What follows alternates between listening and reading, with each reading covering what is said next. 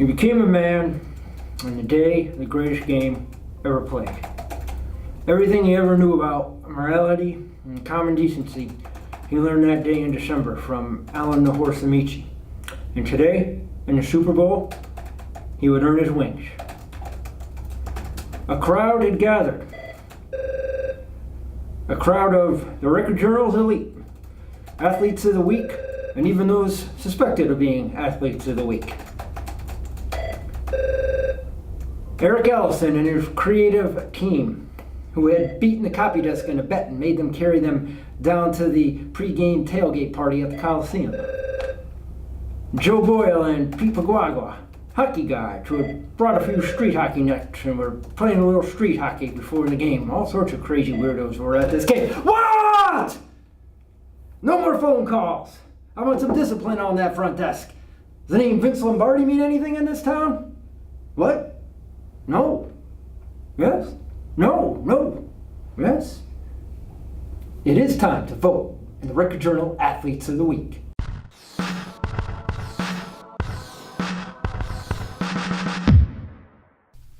Good morning, good afternoon, good evening, whenever you may happen to be tuning in. I am Brian Carpenter, sports editor of the Meriden Record Journal, and welcome to the Where the Buffalo Roam version of Athletes of the Week. We are in week 4 of the winter season, and we're coming through a really good week where we had some nominees in indoor track, because a lot of things happen in there. We have some nominees in basketball. But first, we're going to bring you our winners from week 3. Pete, we had some good voting this week, some nice tight races. Like in both the electoral and popular voting categories. They were close. If you remember, for the boys, we had from the rivalry game between Maloney and Platt, Mr. Romello Samuels from Maloney, Mr. Desmond Davis from Platt, and over from Cheshire, Ben DeLaubell, the baseball player who's been very instrumental in Cheshire's recent hot streak on the hardwood. Close race, very, very close. And in the end, our winner, for the second time this year, someone from Cheshire, Mr. Ben DeLaubell. Peter and Sean caught up with Ben before he and the Rams took on Xavier on Monday night.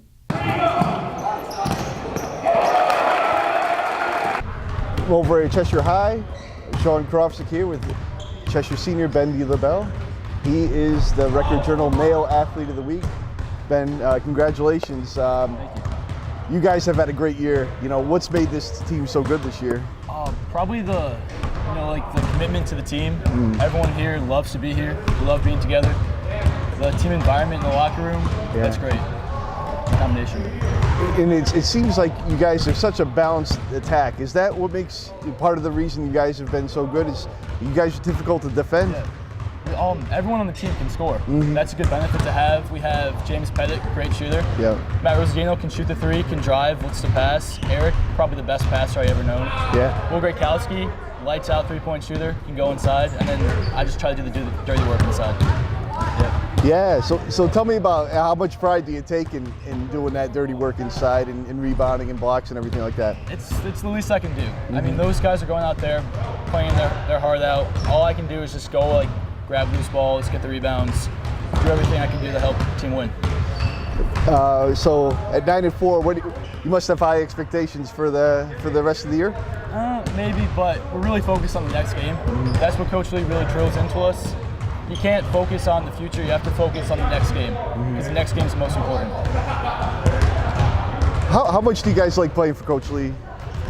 Coach Lee's a great guy. Yeah. He has high expectations for us, but we have to meet those expectations, and when we do, good things happen. Now, what sport do you enjoy more? Is it baseball or basketball? It depends on the season, baseball? It used to depend on the season, but as I got older, it's more baseball now. But basketball it's fun. Yeah. It's fun to play in the winter. So tell everyone about your college plans. Next year, going to West Point. Yeah. That's going to be a new change in life, but I'm ready for it. Yeah. Tell us about that decision. Why you going to West Point? It's the best opportunity in the world. Yeah. Once in a lifetime opportunity, and to be able to serve my country and be a part of something bigger than myself, that's awesome.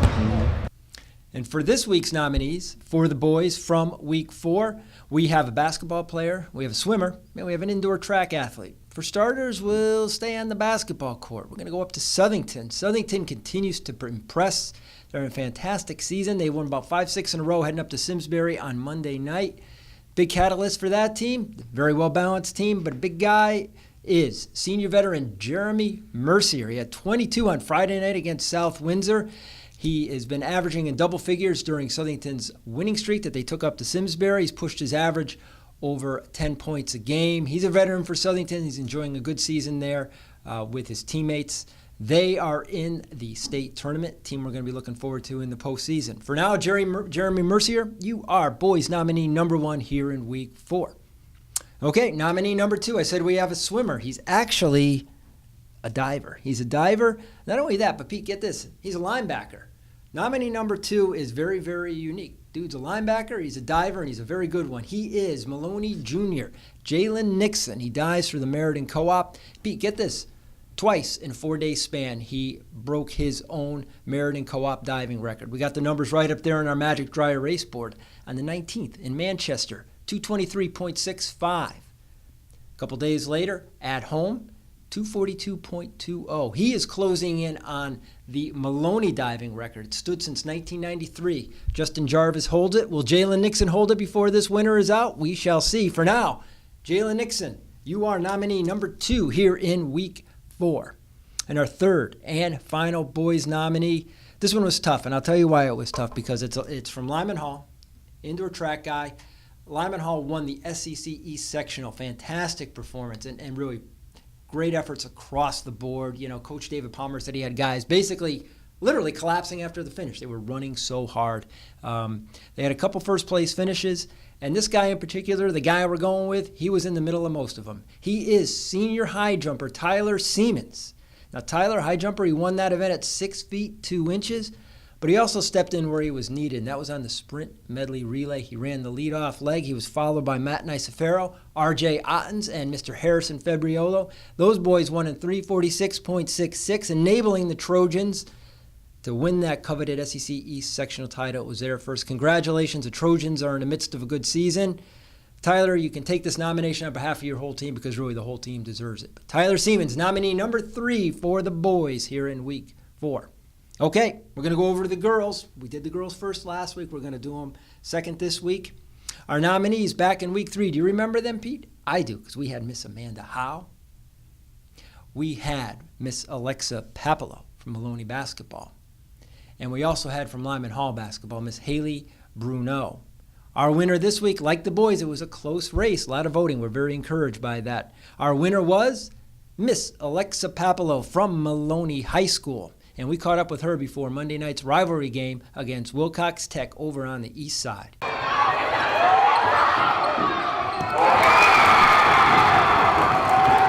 All right, Sean Crofts here with Maloney Jr., Alexa Papallo, our Record Journal Athlete of the Week. Congratulations, Alexa. Thank you.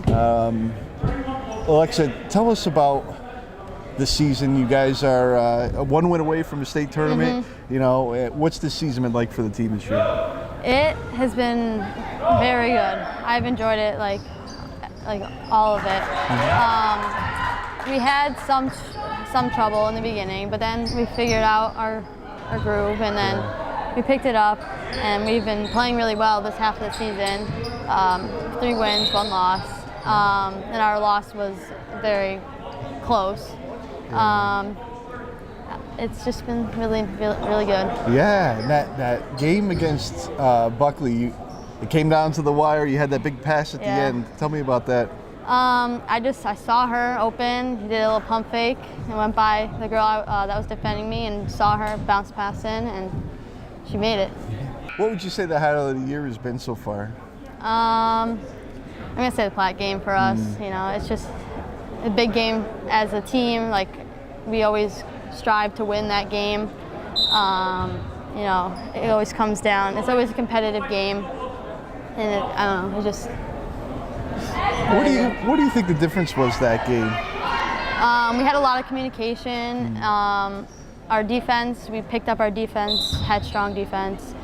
On offense, we move the ball around, you know, look for that open guy. And in transition, we look for transition down the court passes for transition points. You guys really celebrated after that win. How special was it to finally beat them? It was really nice. It was big accomplishment. Thank you, Alexa, for taking time out before your game with Wilcox to speak with Peter and with Sean. Of course, Alexa and the Spartans, they have a lot to celebrate. Melanie Polanco hitting 1,000 points. With Monday's win over Wilcox Tech, that was the 8th of the season for Maloney. So, while we still have regular season games to play, Maloney girls are in the tournament, Black girls are in the tournament, Wilcox Tech girls in the tournament. All the Meriden schools, that is. I'm sorry. Pete, I think we're going to have a full boat for girls basketball come state tournament time. We mentioned Wilcox Tech. They're in. They lost to Maloney on Monday night. They've lost twice to Maloney, twice to Platte. But when they play their CTC competition, no one's touching Wilcox Tech. And a big part of that, this girl right here, nominee number 1, Miss Tatiana Gonzalez. Wilcox Tech took a 6-game winning streak up into to Maloney on Monday night.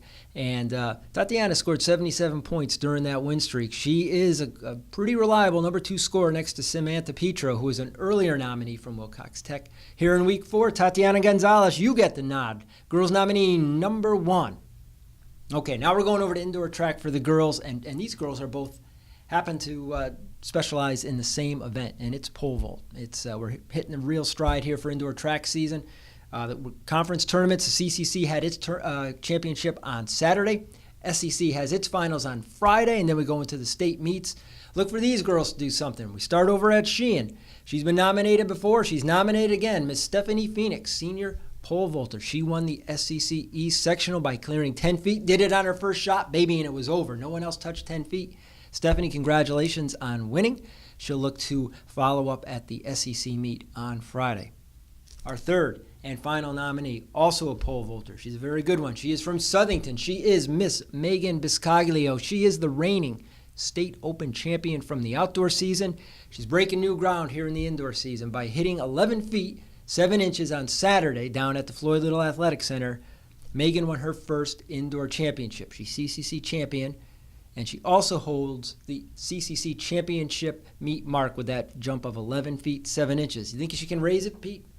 I do. I'll bet you McDonald's Big Mac, she beats it. Of course, if we eat that, we're not going to be jumping 11 feet, 7 inches, 11.7, anything. But Megan, we'll leave that to you, as well as to Stephanie Phoenix, our girls nominees number 2 and 3 here in week 4. And on that note, it's a wrap here in week 4. On behalf of Peter Paguagua, who's out there hustling again, he's got a ski trip coming up, and he's really earning it, Pete, I must say.